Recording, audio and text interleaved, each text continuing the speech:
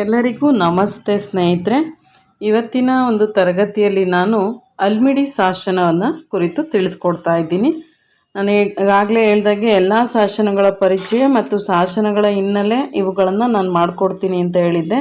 ಅದೇ ರೀತಿ ಮಾಡ್ತಾ ಇದ್ದೀನಿ. ಇಲ್ಲಿ ಪ್ಲೇ ಲಿಸ್ಟಲ್ಲಿ ಶಾಸನಗಳ ಪರಿಚಯ ಅಂತ ಒಂದು ಪ್ಲೇ ಲಿಸ್ಟ್ ಇರುತ್ತೆ.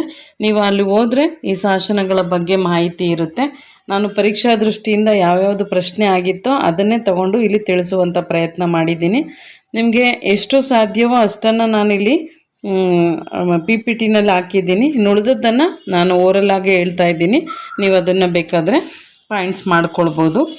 ಅಲ್ಮಿಡಿ ಶಾಸನದ ಪರಿಚಯವನ್ನು ನಾವು ನೋಡೋದಾದರೆ, ಮೊದಲನೇದಾಗಿ ಈ ಅಲ್ಮಿಡಿ ಶಾಸನ ಹಾಸನ ಜಿಲ್ಲೆ ಬೇಲೂರು ತಾಲೂಕಿನ ಅಲ್ಮಿಡಿ ಅಥವಾ ಪಲ್ಮಿಡಿ ಅಂತ ಕೂಡ ಮೊದಲು ಕರೀತಾ ಇದ್ರು. ಈ ಗ್ರಾಮದ ವೀರಭದ್ರೇಶ್ವರ ದೇವಾಲಯದ ಮುಂಭಾಗದಲ್ಲಿ ನಿಲ್ಲಿಸಿದ ಬಳಪದ ಕಲ್ಲಿನ ಶಿಲಾಶಾಸನವಾಗಿದೆ.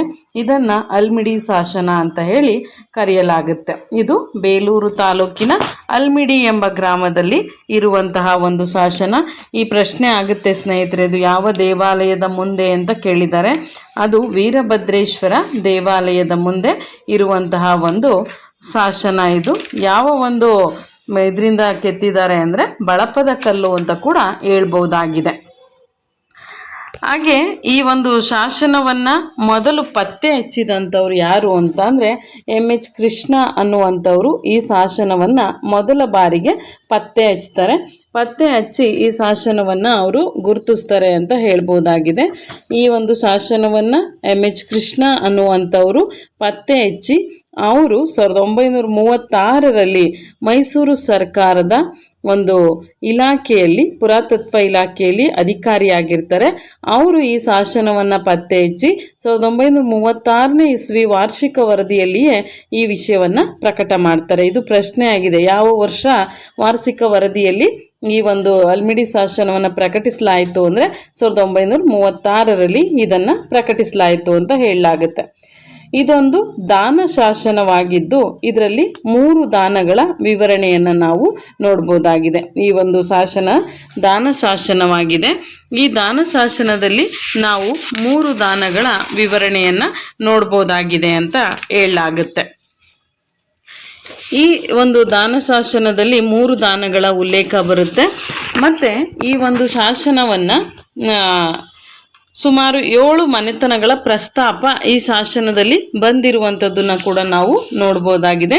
ಸುಮಾರು 7 ಮನೆತನಗಳ ಪ್ರಸ್ತಾಪ ಈ ಶಾಸನದಲ್ಲಿ ಬಂದಿದೆ ಅಂತ ಹೇಳ್ಬೋದಾಗಿದೆ.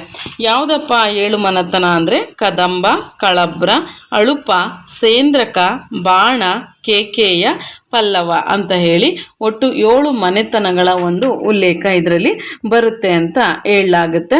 ಇದು ಪ್ರಶ್ನೆ ಆಗಿದೆ, ಎಷ್ಟು ಮನೆತನಗಳ ಅಂದರೆ ಇದರಲ್ಲಿ ಅಲ್ಮಿಡಿ ಶಾಸನದಲ್ಲಿ ಎಷ್ಟು ಮನೆತನಗಳ ಉಲ್ಲೇಖ ಬರುತ್ತೆ ಅಂತ ಅಂದರೆ 7 ಮನೆತನಗಳ ಉಲ್ಲೇಖ ಬರುವಂಥದ್ದನ್ನು ನಾವು ನೋಡ್ಬೋದಾಗಿದೆ. ಮತ್ತು ಈ ಶಾಸನದ ಭಾಷೆ ಬಂದು ಪೂರ್ವದ ಹಳಗನ್ನಡ ಭಾಷೆಯಲ್ಲಿದೆ.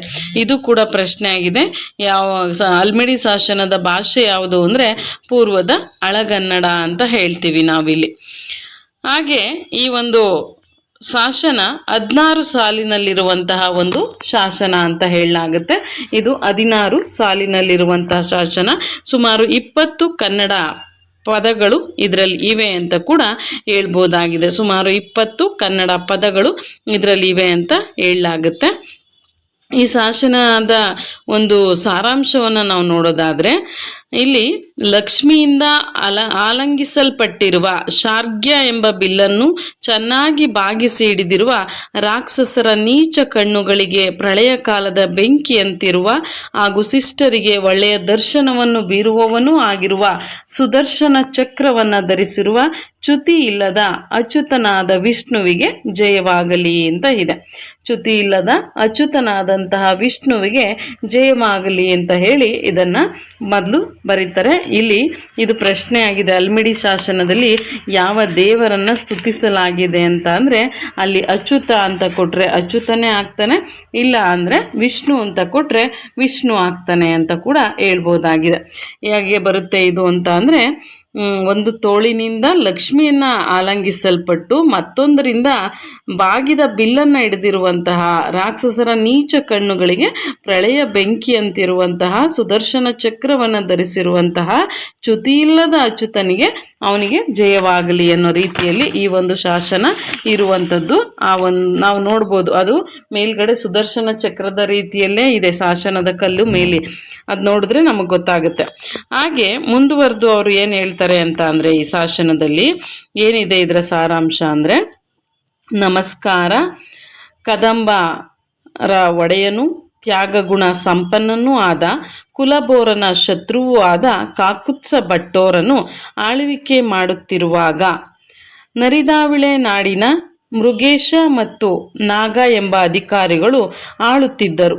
ಇವರು ಮೃಗೇಶನಾದ ಸಿಂಹದಂತೆ ನಾಗೇಂದ್ರನಾದ ಆದಿಶೇಷನಂತೆ ಭಯಂಕರವಾದಂಥವರು. ಇವರು ಬಟರಿ ಕುಲವೆಂಬ ಪರಿಶುದ್ಧ ಗಗನದಲ್ಲಿ ತಾರೆಗಳ ಒಡೆಯನಾದ ಚಂದ್ರನಂತೆ ಇರುವ ಅಲುಪರೆಂಬ ಗುಣಸಮೂಹಕ್ಕೆ ಈಶ್ವರನ ಹಾಗೆ ಇರುವ ದಕ್ಷಿಣ ಪಥದ 100 ಮಹಾಯುದ್ಧಗಳಲ್ಲಿ ಶತ್ರುಗಳೆಂಬ ಪಶುಗಳನ್ನು ಬಲಿ ಪಡೆದ ಪರಾಕ್ರಮಿಯೂ ಆದ ಪಶುಪತಿ ಎಂಬುವವನು ಪಶುಗಳನ್ನು ದಾನ ಮಾಡಿ ಎಲ್ಲರಿಂದಲೂ ದಾನ ಪಶುಪತಿ ಎಂದು ಹೊಗಳಿಸಿಕೊಂಡಿದ್ದನು. ಸರಕೆಲ್ಲ ಭಟ್ಟಾರ್ಯ ಅಂದರೆ ಎಲ್ಲ ಭಟ್ಟಾರಿಯ ಪ್ರೀತಿಯ ಮುದ್ದಿನ ಮನೆ ಮಗ ವಿಜರಸ. ಈ ವಿಜರಸನು ಕದಂಬರ ಪರವಾಗಿ ಹೋರಾಡುತ್ತಾ ಕೇಕಿಯ ಪಲ್ಲವರನ್ನು ಸೋಲಿಸಿದನು. ಅದಕ್ಕಾಗಿ ವಿಜರಸನಿಗೆ ಸೇಂದ್ರಕ ಮತ್ತು ಬಾಣದೇಶಗಳ ವೀರ ಪುರುಷರ ಸಮ್ಮುಖದಲ್ಲಿ ಬಾಳ್ಗಚ್ಚಾಗಿ ಪಲ್ಮಿಡಿ ಮತ್ತು ಮೂಳಿವಳ್ಳಿ ಗ್ರಾಮಗಳನ್ನು ದತ್ತಿಯಾಗಿ ನೀಡಲಾಯಿತು. ಭಟಾರಿ ಕುಲದ ಅಳಕದಂಬನು ಈ ದತ್ತಿಗೆ ಒಪ್ಪಿಗೆ ಸೂಚಿಸಿದನು. ಈ ದಾನೋದ್ದೇಶವನ್ನು ಭಂಗಗೊಳಿಸಿದವನು ಮಹಾಪಾತಕನು. ಮೃಗೇಶ ಮತ್ತು ನಾಗೇಂದ್ರ ಇಬ್ಬರು ಸಳ್ಭಂಗದವರಾದ ವಿಜರಸನೊಂದಿಗೆ ಪಲ್ಮಿಡಿಗೆ ಬಂದು ಕುರುಂಬಿಡಿ ಎಂಬ ತೆರಿಗೆಯನ್ನು ಬಿಟ್ಟರು. ಇದನ್ನು ನಾಶ ಮಾಡಿದವನಿಗೆ ಮಹಾಪಾತಕ ಉಂಟಾಗುತ್ತದೆ. ಶುಭವಾಗಲಿ. ಈ ಗದ್ದೆಯ ಒಡ್ಡಿನಲ್ಲಿ ಭಟ್ಟರುಗಳಿಗೆ 10ನೇ ಭಾಗ ತೆರಿಗೆ ವಿನಾಯಿತಿಯನ್ನು ನೀಡಿದರು ಅಂತ ಹೇಳಿ ಈ ಒಂದು ಶಾಸನ 16 ಸಾಲಿನಲ್ಲಿರುವಂತಹ ಶಾಸನದಲ್ಲಿ ಬರುವಂತಹ ಒಂದು ಅಂಶಗಳು ಇಷ್ಟು. ಇದು ಅದರ ಒಂದು ಸಾರಾಂಶವಾಗಿರುತ್ತೆ. ಇದರ ಒಂದು ಸ್ವರೂಪ ಏನು ಅಂದರೆ, ಅಲ್ಮಿಡಿ ಶಾಸನ ತಲೆಯ ಮುಂಭಾಗದಲ್ಲಿ ಸುಮಾರು 7 ಅಂಗುಲವಿರುವ ಒಂದು ಚಕ್ರವನ್ನು ಕೆತ್ತಿದೆ.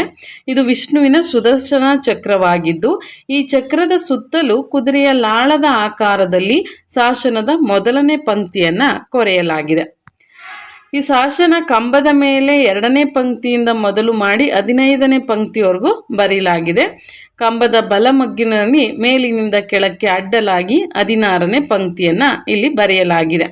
ಇಲ್ಲಿ ಒಟ್ಟು 16 ಸಾಲುಗಳು ಇರುವಂಥದ್ದನ್ನು ನಾವು ನೋಡ್ಬೋದಾಗಿದೆ. ಒಟ್ಟು 16 ಸಾಲುಗಳು ಈ ಒಂದು ಶಾಸನದಲ್ಲಿ ಇವೆ.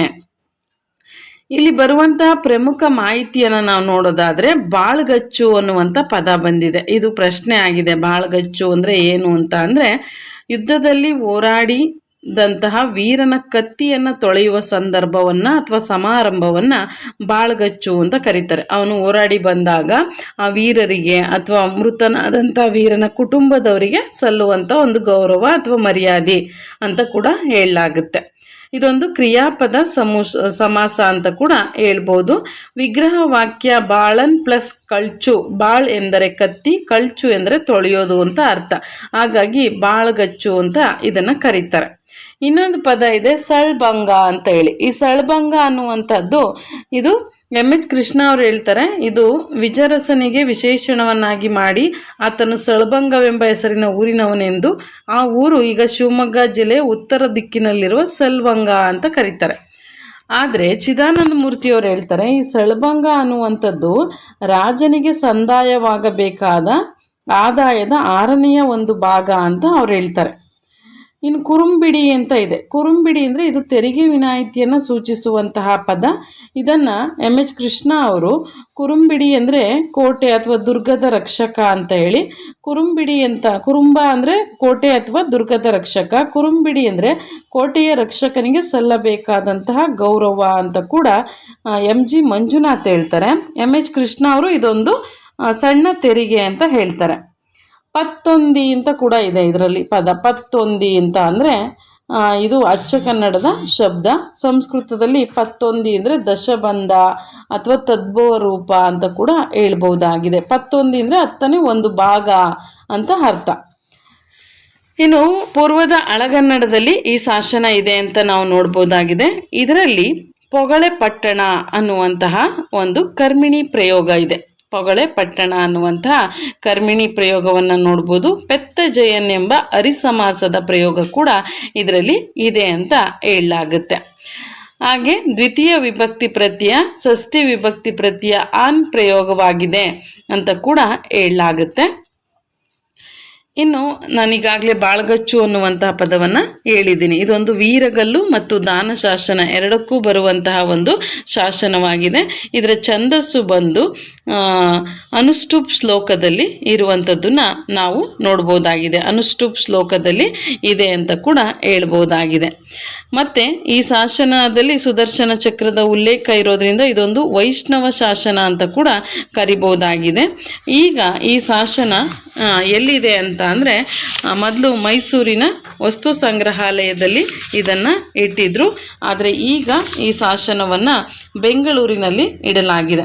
ಇದನ್ನು ಬೆಂಗಳೂರಿನಲ್ಲಿ ಸಂರಕ್ಷಿಸಲಾಗಿದೆ. ಕಬ್ಬನ್ ಪಾರ್ಕ್ ಆವರಣದಲ್ಲಿರುವಂತಹ ಸರ್ಕಾರಿ ವಸ್ತು ಸಂಗ್ರಹಾಲಯದಲ್ಲಿ ಈ ಶಾಸನವನ್ನು ಅಲ್ಲಿ ಸಂಗ್ರಹಿಸಿ ಇಡಲಾಗಿದೆ ಅಂತ ಹೇಳಲಾಗುತ್ತೆ. ಇದೊಂದು ಕನ್ನಡದಲ್ಲಿ ಉಪಲಬ್ಧ ಇರುವ ಮೊದಲ ಶಾಸನ. ಇದರ ಭಾಷೆ ಪೂರ್ವದ ಹಳಗನ್ನಡ. ಹಾಗಾಗಿ ಇದನ್ನು ಸಂರಕ್ಷಿಸುವಂಥದ್ದು ನಮ್ಮೆಲ್ಲರ ಜವಾಬ್ದಾರಿಯಾಗಿರೋದ್ರಿಂದ ಇದನ್ನು ಸಂರಕ್ಷಿಸಿ ಇಡಲಾಗಿದೆ ಅಂತ ಹೇಳಲಾಗುತ್ತೆ. ಇದಿಷ್ಟು ಕೂಡ ಈ ಹಲ್ಮಿಡಿ ಶಾಸನದ ಬಗ್ಗೆ ಇರುವಂತಹ ಪರಿಚಯ. ಇಲ್ಲಿ ಯಾರು ಇದನ್ನು ಶೋಧಿಸಿದವರು ಅಂತ ಬಂದರೆ ಎಮ್.ಎಚ್. ಕೃಷ್ಣ ಅಂತ ಹೇಳ್ಬೋದು. ಇದು ಎಲ್ಲಿ ದೊರೀತು ಅಂದರೆ ಹಾಸನ ಜಿಲ್ಲೆಯಲ್ಲಿ ದೊರೆತಂಥದ್ದು. ಎಷ್ಟರಲ್ಲಿ 1936ರಲ್ಲಿ ಇದನ್ನು ಪತ್ತೆ ಹಚ್ತಾರೆ. ಇದರ ಕಾಲ ಕ್ರಿಸ್ತಶಕ 450 ಅಂತ ಹೇಳ್ಬೋದು. ಯಾವ ದೇವರ ಸ್ತುತಿ ಇದೆ ಅಂದರೆ ವಿಷ್ಣು ಅಥವಾ ಅಚ್ಯುತನ ಸ್ತುತಿ ಇದೆ. ಇಲ್ಲಿ ಬಂದಿರುವಂಥ ಪದಗಳು ಬಾಳ್ಗಚ್ಚು, ಸಳ್ಭಂಗ, ಕುರುಂಬಿಡಿ, ಪತ್ತೊಂದಿ ಎನ್ನುವಂಥವಿವೆ. ಅದ್ರ ಜೊತೆಗೆ ಪೊಗಳೆ ಪಟ್ಟಣ ಅನ್ನುವಂತಹ ಕರ್ಮಿಣಿ ಪ್ರಯೋಗ, ಪೆತ್ತಜಯನ್ ಎಂಬ ಅರಿಸಮಾಸ ಕೂಡ ಇದರಲ್ಲಿ ಇರುವಂಥದ್ದು. ಹಾಗೆ 7 ರಾಜಮನೆತನಗಳ ಉಲ್ಲೇಖ ಬರುತ್ತೆ. ಇಲ್ಲಿ ಬರುವಂತಹ ಒಬ್ಬ ಯಾರಿಗೆ ಇವರು ಈ ದಾನವನ್ನು ಕೊಡ್ತಾರೆ ಅಂತ ಅಂದರೆ ವಿಜರಸ ಅನ್ನುವಂಥವನಿಗೆ ಈ ಒಂದು ದಾನವನ್ನು ಕೊಡುವಂಥದ್ದನ್ನು ಇಲ್ಲಿ ಉಲ್ಲೇಖ ಮಾಡಲಾಗಿದೆ. ಇದಿಷ್ಟು ಕೂಡ ಹಲ್ಮಿಡಿ ಶಾಸನದ ಪರಿಚಯ. ಇದು ನಾನು ಪರೀಕ್ಷಾ ದೃಷ್ಟಿಯಿಂದ ಎಷ್ಟು ಪ್ರಶ್ನೆ ಕೇಳ್ತಾರೋ ಅಷ್ಟನ್ನು ಕೂಡ ನಾನಿಲ್ಲಿ ಎಲ್ಲವನ್ನು ಕೂಡ ಒಳಗೊಂಡಂತೆ ವಿವರಿಸುವಂಥ ಪ್ರಯತ್ನ ಮಾಡಿದ್ದೀನಿ. ಧನ್ಯವಾದಗಳು.